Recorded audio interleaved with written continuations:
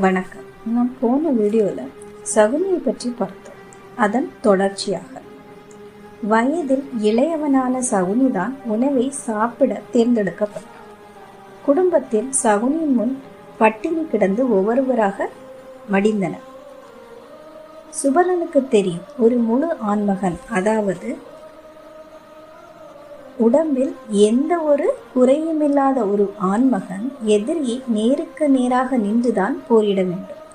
சூழ்ச்சியால் அவர்களை வீழ்த்த இயலாது. அது அதர்மம் என்பதை சுபலன் அறிந்திருந்தார். அதனால் சகுனியின் கால்களில் உள்ள ஒரு கணுக்காலை அடித்து உடைத்தான். நீ நொண்டும் போது, அதாவது ஒவ்வொரு முறையும் நீ நொண்டி நொண்டி நடக்கும்போது கௌரவர் செய்த அநீதியை நினைவில் வைத்துக் கொள்ள வேண்டும் என்று சொன்னான். அவர்களை ஒருபோதும் மன்னிக்க கூடாது என்றும் கூறினான்.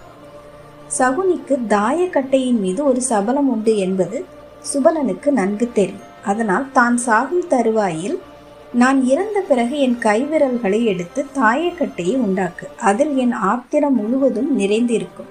நீ எப்படி தாயக்கட்டையை போட்டாலும் நீ விரும்பியபடியே, அதாவது நீ என்ன நினைச்சு போடுறியோ அந்த எண்ணிக்கை விழும், நீ எப்போதும் வெற்றி பெறுவாய் என்று கூறி இறந்து போனான்.